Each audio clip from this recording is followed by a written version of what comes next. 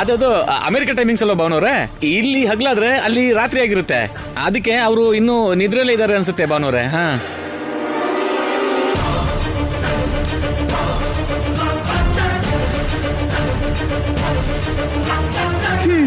ಕಿಶೋರ್ ಅವ್ರಿಗೆ ತಲೆ ಇದೆಯಾ ಹೊರತು ತಲೆಲ್ ಬುದ್ಧಿ ಇಲ್ಲ. ಯಾಕೆ ಹಾಗಂತೀರ ಅತ್ಗೆ? ಮತ್ತಿನ್ನೇನ್ ಪಾರ್ವತಿ, ಬಾಯಿಗೆ ಬಂದ ಹಾಗೆ ಹೇಳ್ಬಿಡೋದೇನಾ?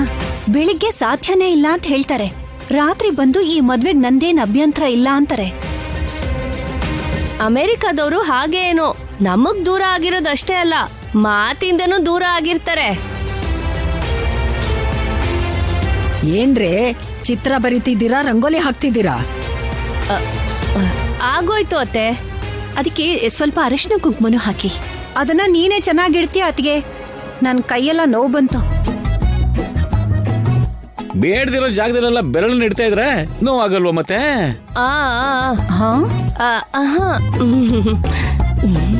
ಭಾವನವ್ರೆ ಶಾಂತವಾಗಿರಿ. ಅರ್ಥ ಆಯ್ತು ಭಾವನವ್ರೆ, ಅರ್ಥ ಆಯ್ತು.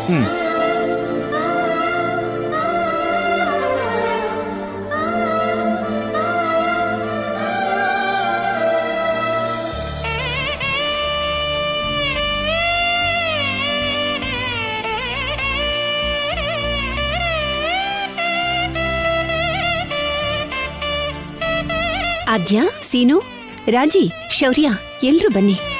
ಭೂಮಿ ತಾಯಿಗೆ ಅರಿಶಿನ ಕುಂಕುಮ ಹಾಕಿ ಪೂಜೆ ಮಾಡಿ. ಮತ್ತೆ ಇವ್ರ ಮದ್ವೆ ಕೂಡ ಮಾಡ್ತೀರಾ ಏನು? ಅವ್ರ ಮದ್ವೆ ಆಗಿ 6 ತಿಂಗಳು ಕೂಡ ಆಗಿಲ್ಲ ಅನ್ನೋ ಕಾರಣಕ್ಕೆ ಅವರು ಕೂಡ ಹೊಸ ಜೋಡಿ ಇದ್ದಾಗೆ. ಓ,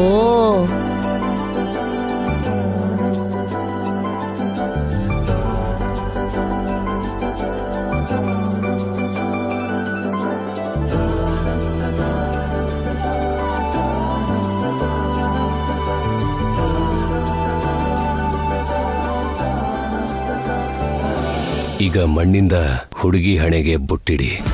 ಮಣ್ಣಲ್ಲ ಯಾಕೆ ಭಾವನವ್ರೆ?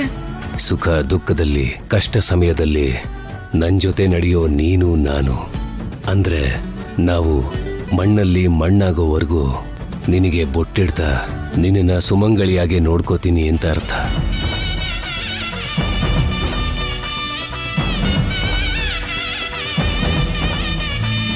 ಭೂದೇವಿಯ ಸಮಕ್ಷದಲ್ಲಿ ಹೆತ್ತ ಮಗುನ ತಾಯಿ ಮುದ್ದಾಡೋದಕ್ಕೆ ಸಮಾನ. ಮಣ್ಣಿಂದ ಬೊಟ್ಟಿಡಿ. ಸರಿಯಾಗಿ ಹೇಳ್ದೆ ರಾಜು.